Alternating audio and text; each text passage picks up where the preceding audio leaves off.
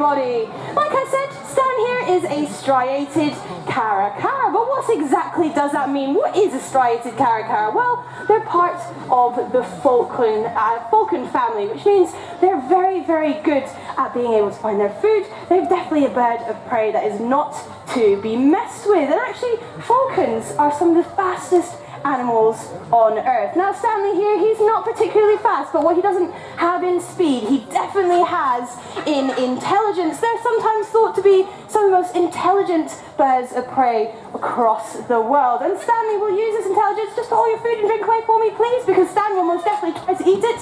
Stanley here is going to use that intelligence to be able to find his food. Now, like I said, the Falkland Islands is a really difficult place to survive. There's not always an awful lot of food, so Stan's really going to have to put himself to the challenge to get as much food as he can. So what exactly is he going to be eating? Well, anything he can come across. He will be eating all the kind of bugs and grubs, small mammals perhaps that you can think of that you'd find out on the Falkland Islands, but he's also going to be scouring the seashores to see what else he can find. So down there he might be looking for crabs, he might be turning rocks over to find any snails, and he can even rip limpets directly off of rocks with his incredibly strong talons. But there's one particular thing that Stan loves to eat more than anything else, and we've actually got a colony of them here at the zoo. Stan loves to hunt penguins, but luckily the penguins that we have here at the zoo, they're quite different to the ones that Stan will be hunting down on the Falkland Islands, and he's got one very special way of going down there to find his food. That's right, Stanley here is going to go down into the tunnels that the penguins make for their chicks to keep them nice and safe, and that is what he's going to be using to find all of his food. Now, this might look really, really easy for Stan to be able to go down a tunnel just like that, but actually it's quite an unusual thing for any kind of bird to want to be able to do, because their wings are quite often their best escape mechanism. So if he's got to pin them down by his side to go down a tunnel, he is essentially getting rid of his one way to be able to escape any potential danger. But luckily for Stan, he is the top predator down in the Falkland Islands. He is the apex predator. Nothing is going to be able to scare him, which means he's more than happy to go down into these tunnels and get their prey. Now, I mentioned that he is the apex predator, but there is one thing that adult Stan here is scared of, and believe it or not, it is actually juvenile caracaras. Going to be making her way up through the trees, so keep your eyes peeled. I'm going to tell you just what makes a coati a fantastic animal that lives in the rainforest. Now, you might recognize animals similar to coatis. They are part of the raccoon family. You might be able to tell by their beautiful striped tails that they have, but these tails serve a very important purpose indeed. They use these tails to be able to balance and climb to make sure that she doesn't lose her balance. Now watch as she climbs down the tree now, because you'll be able to see that she can climb down the tree head first. She doesn't even need to go down backwards. Is really, really good at jumping, and that's what makes them so easy to be able to move around in the forest, is that they can jump from tree to tree looking for birds' nests. She's going to try and raid all of these birds' nests and ensure down to the ground. He might be going to our riverbeds or even rooting around in the earth looking for bugs and grubs, maybe crabs. He might even have a go at fishing if he's brave enough and feels like he might be able to. So these guys are omnivorous. It means they're going to eat anything at all, and it actually makes them very, very important for the health of the rainforest, because they impact the environment that they live in so much that other species can live there because of them. Now, do we know what we have here? Any guesses? What actually, in terms of size, where we would name them, would be about a medium-sized armadillo. So you get armadillos, which are definitely smaller than, and you definitely get armadillos which are much bigger than Jack and Marion in the world. Stop? Anyone think stop? More? Anyone think bigger than this still? Yeah. Oh, someone thinks bigger? More than this? More than this? More than this? Oh, I think we've pretty much lost everyone. Well, believe it or not, the giant forest armadillo can be up to 5 foot tall. That is pretty much my entire arm length if I were lying down on the ground, which is really, really impressive. But let's go in the opposite direction this time. We've got Jack Marion here, and we're going to be moving smaller and smaller. Tell me when you think we've reached the smallest armadillo. About there, yeah. This time you've all got it pretty much spot on. About 4 to 5 inches long. About the size of a Mars bar is the smallest armadillo. They go by the name of 10 times when he hunts. If you compare that to something like a South American jaguar, they're only going to be successful about 3 out of 10 times. So that gives you an idea of just how good a hunter Elton really is. Now, I'm going to be bringing Elton round, so do not worry about chasing me up and down the fence, because I will bring Elton to you so I can show you just how amazing his skills are. But what makes Elton such a successful hunter? Well, he's got a whole host of really fantastic abilities. First of all, he has got the ability to see really, really clearly from very far away, which means if I go all the way over here and dangle a little bit of food for him, he's going to be able to spot it really easily and come straight on over.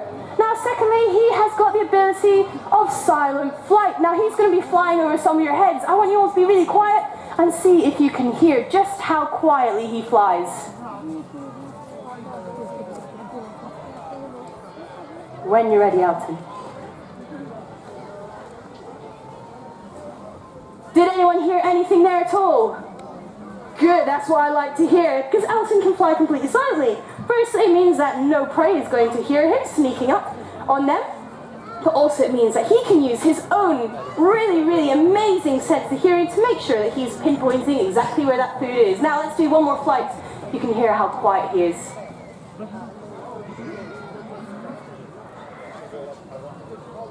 So he's spotting his prey. He's making sure he's doing all his calculations.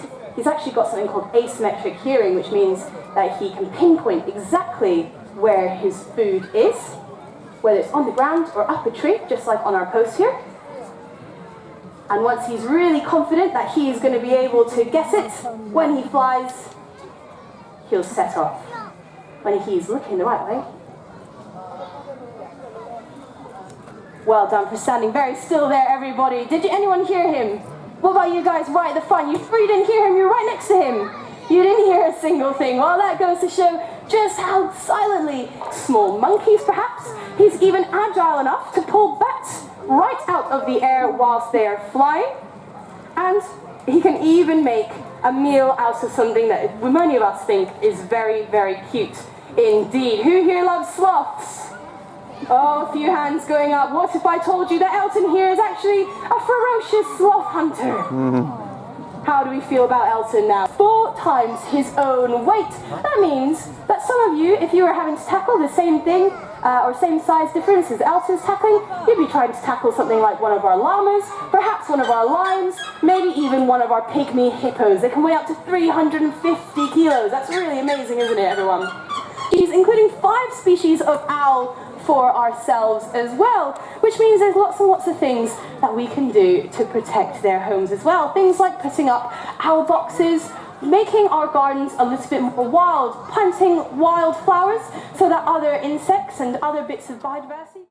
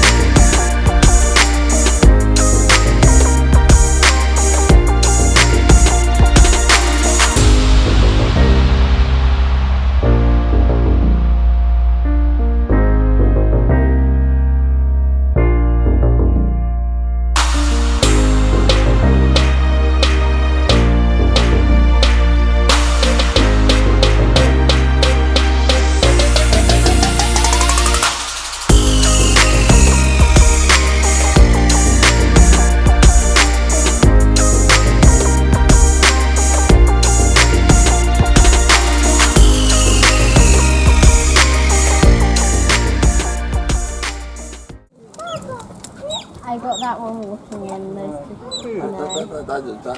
Go on then, try and take another one. It's like, come on, you lazy duck. Play with me. Come on.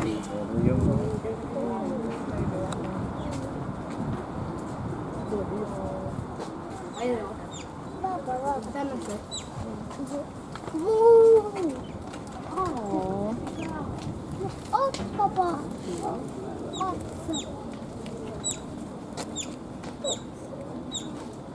Here's the chatty one. Here's the chatty one.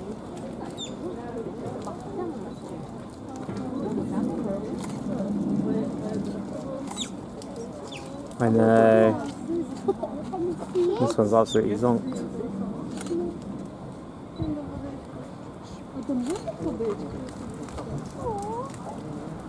When I come inside, there's more inside. Are you think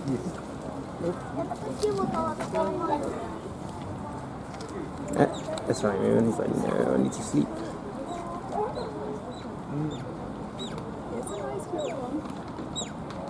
Oh.